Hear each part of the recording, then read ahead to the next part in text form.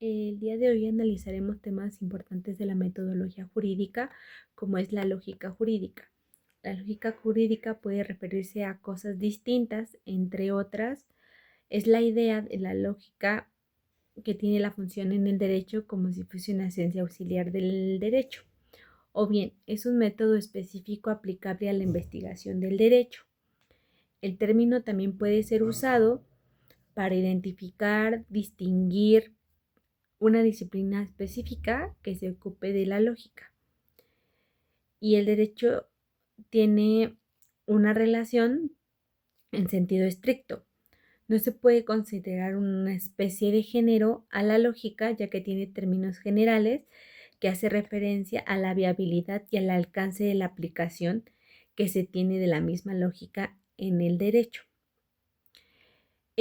También se ocupa como ciencia jurídica o es auxiliar a la ciencia jurídica, toda vez que la lógica desprende de un silogismo que es fundamental para la creación de métodos o de deducciones a partir de una premisa mayor, una premisa menor y una conclusión. Esto quiere decir que se puede degradar en diferentes conceptos, en diferentes sistemas jurídicos y en diferentes estructuras, de acuerdo a lo que ocupemos como silogismo que deviene de la lógica. ¿Ok? Está presente la lógica en las normas, en la elaboración y la aplicación del derecho, toda vez que deviene de ideas principales que se deben de conceptualizar a través de un silogismo. Eh, Se puede aplicar su justificación de las decisiones tomadas, aunque su función tiene un alcance diverso en el derecho, por lo que podríamos definir a la lógica como una disciplina filosófica que tiene un carácter formal y que estudia la estructura y formas del pensamiento, tales como son los conceptos, las preposiciones, el razonamiento, lo cual se puede aplicar a la lógica jurídica. Estudia la estructura también del pensamiento que, trasladado a la lógica jurídica, estudia la estructura de las normas, de la concepción, de las teorías, del derecho mismo. Eh,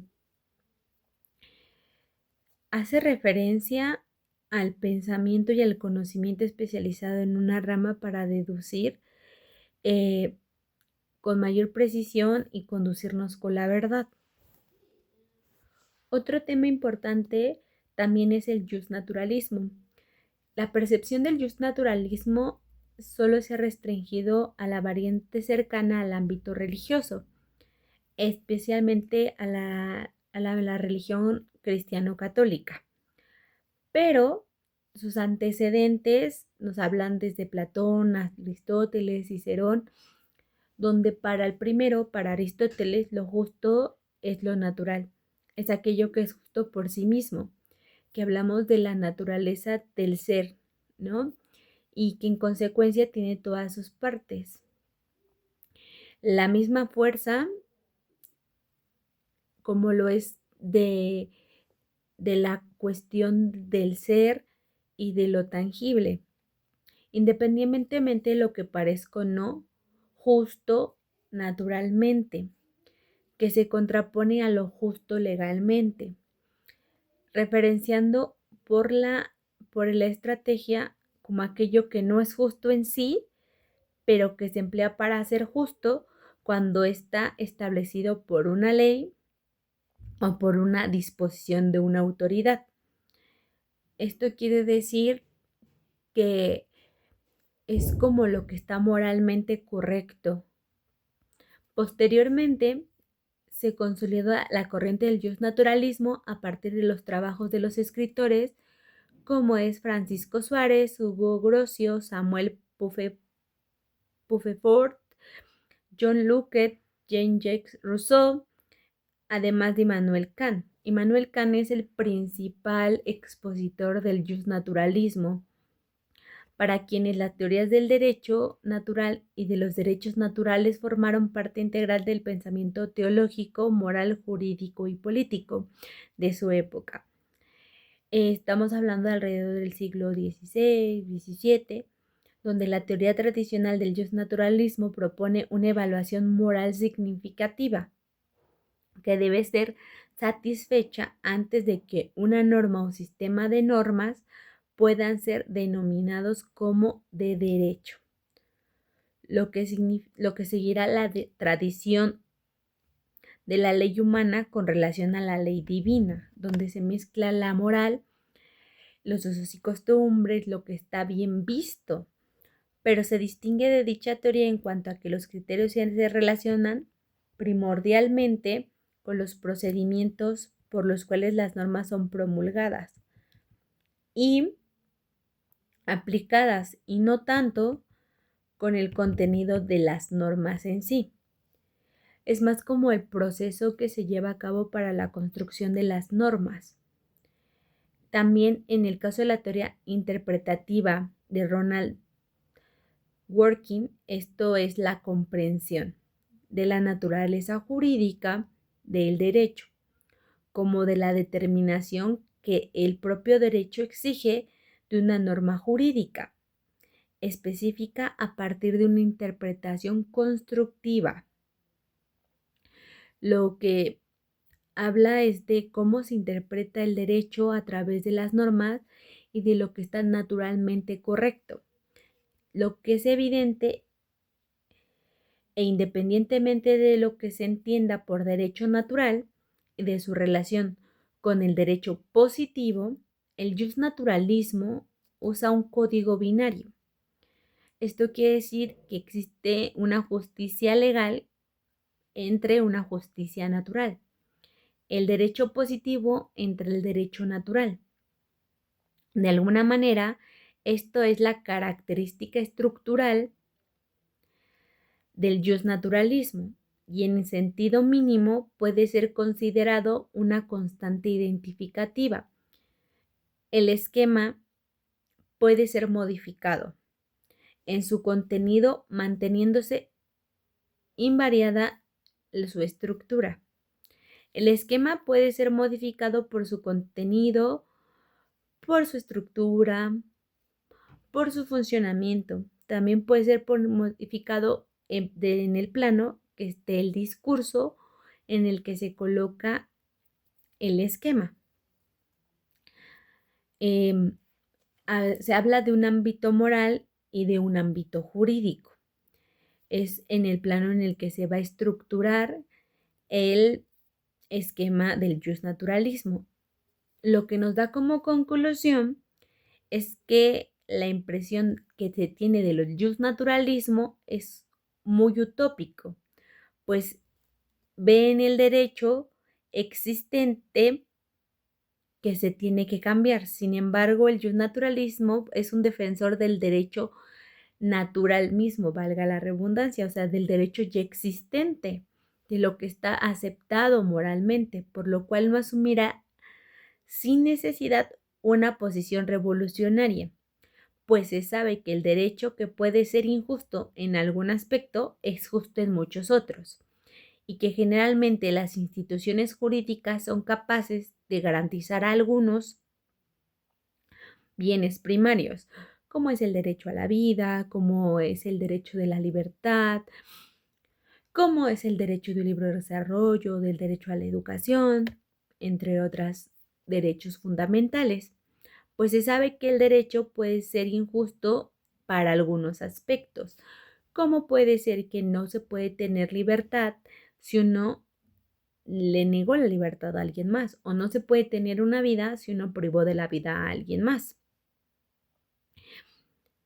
Y generalmente es cuando las instituciones jurídicas deben de ponderar si son capaces de garantizar los bienes primarios. Este pensamiento está conectado con la existencia del derecho. Por ejemplo, en algunos casos la resistencia del derecho será necesaria y entonces habrá que estar dispuesta a pagar personalmente de acuerdo a lo que está moralmente aceptado. Hablando de la corriente del justnaturalismo, que es una de las principales corrientes de la metodología jurídica en el derecho, que se puede seguir utilizando como una fuente aparte para la interpretación de algunas leyes, amparos, resoluciones o cualquier mandamiento judicial, que lo podemos utilizar como un apoyo para nuestro argumento jurídico.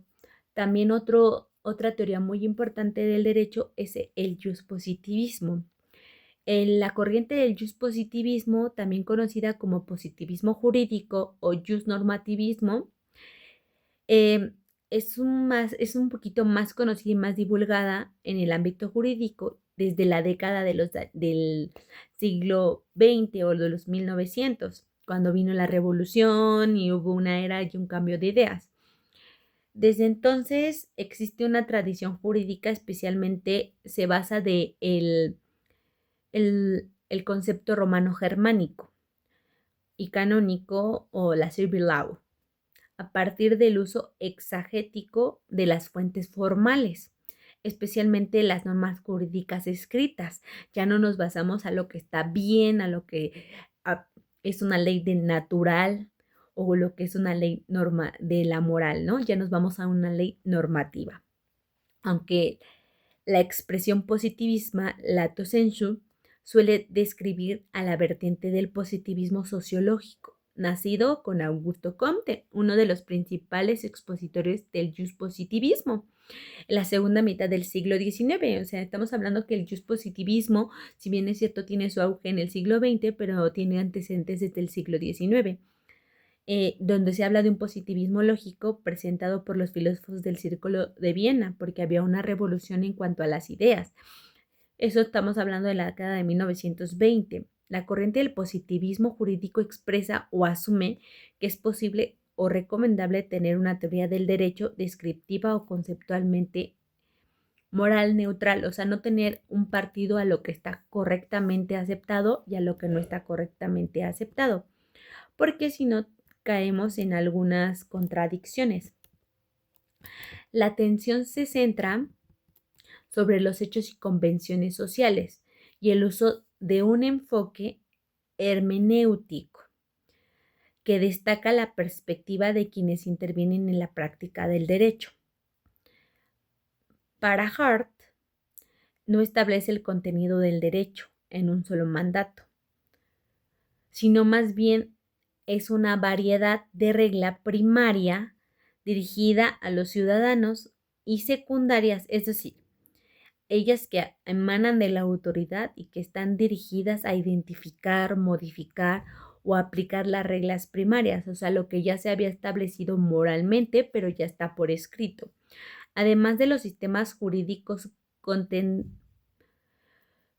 reglas que importan los deberes como infieren poderes, pero no solo a las autoridades, sino también a los ciudadanos. O sea, que traducido a la época actual es que tenemos derechos, pero también tenemos obligaciones. La vertiente más conocida del positivismo o positivismo es la establecida por el destacado jurista Kelsen. Kelsen es el mejor o el mayor representante de esta corriente. Sin duda, es uno de los teóricos del derecho más influyentes del siglo XX. Es así que todavía muchas de las teorías kelsenianas siguen vigentes.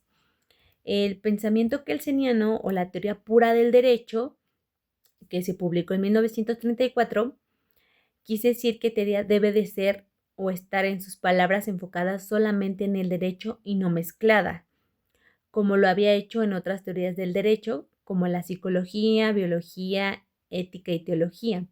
Pretendió extender el análisis del derecho de cuestiones políticas, por el hecho, según su percepción, que se relacionan más con la dirección que se toma del derecho que con su naturaleza. A partir de aquello, Kelsen espera lograr los objetivos de toda empresa científica, que es la objetividad y la exactitud. Con todo esto podemos disminuir la mayor contribución del positivismo a todo el estudio y metodología del derecho que actualmente se aplica. A partir de aquel se da un carácter más científico al derecho después de todas las situaciones que se habían suscitado entre el siglo XIX y el siglo XX, donde se dan parámetros reconociendo el conjunto de normas jurídicas. Especialmente trasciende la hermenéutica jurídica, a partir de la comprensión de la norma hipotética fundamental y todo el esquema de relación jerárquica a nivel interno generado en la constitución política de cada uno de los grandes códices que se crearon a partir de 1900. Gran parte de la comprensión actual de la teoría del derecho y la comprensión de las instituciones se da a partir de la concepción kelseniana en relación con el principio de legalidad en el ámbito del derecho público y de los derechos y obligaciones a nivel de los derechos subjetivos en el ámbito del derecho privado. Asimismo, como veremos en algunas teorías o conceptos más actualizados, la influencia del positivismo en las corrientes filosóficas analíticas, incluido en el racionalismo o en el realismo jurídico, que eso nos da pie a lo que se conoce como el sociologismo. El sociologismo, la sociología del derecho, es la observación empírica de los hechos jurídicos a partir de resultados extrajurídicos, o lo que se le conoce como el realismo jurídico. El realismo jurídico compete de una fe que había una ciencia suficientemente objetiva, o sea, ya dejamos de un lado lo que está moralmente correcto y lo aplicamos a lo que está comprobado o lo que se puede comprobar. Esto quiere decir que el conocimiento objetivo sobre las normas jurídicas pueden ser formuladas o reformuladas para lograr un bien común. Otro aspecto importante del positivismo o realismo jurídico, los realistas jurídicos relacionan el derecho con las indemnizaciones. Esto es enfatizar que la posición de un respecto de cierta protección de la jurídica debería estar relacionado con las indemnizaciones legales que se podrían obtener por su violación. Especialmente este punto de vista fue lo que llevó a algunos estudiosos del derecho norteamericano a cambiar la manera en que ellos enseñaban el derecho contractual y la manera en la que escribían textos en el área, comenzando el curso de indemnizaciones en vez de la consideración o la oferta y aceptación, lo que hoy se conocería como el derecho administrativo, ¿no? La relación consumidor-proveedor, la relación contractual que viene derivado del Código de Comercio. Algunos de los realistas, como Robert Hale, ofrecieron un análisis que podrían ser vistos como críticas a los fundamentos básicos del sistema económico y político. Para muchos de los realistas, la crítica de la vida jurídica, la política y economía estaban más relacionadas con el cambio dentro del sistema establecido. Así, los realistas asumieron puestos de gobiernos bajos, los programas económicos, como lo podemos ver ejemplificado del realismo jurídico con Roosevelt y su nuevo trato, ¿no? O sea, como la forma de cambiar el trato que se tenía anteriormente en un sistema jurídico. El movimiento del proceso legal respondió al argumento realista de que las normas por sí solas no pueden resolver muchas disputas legales difíciles y que los jueces no son necesariamente expertos en cuanto a los argumentos morales y de política implícitos en muchas disputas, lo que da pie a la justicia restaurativa o a la conciliación, señalando para tal efecto que la profesión jurídica podría exigir alguna pericia en cuestiones de procedimiento, al decir que las personas o instituciones resolvieron las disputas y acuerdos a un proceso. Lo que se puede interpretar que tanto el positivismo, el naturalismo y el realismo jurídico o o la sociología jurídica se pueden aplicar actualmente a juicios de amparo, donde se puede interpretar de la forma que más nos convenga a nuestros intereses cada una de esas teorías, obviamente fundamentadas legalmente. Esto sería todo de mi parte y les agradezco por su atención.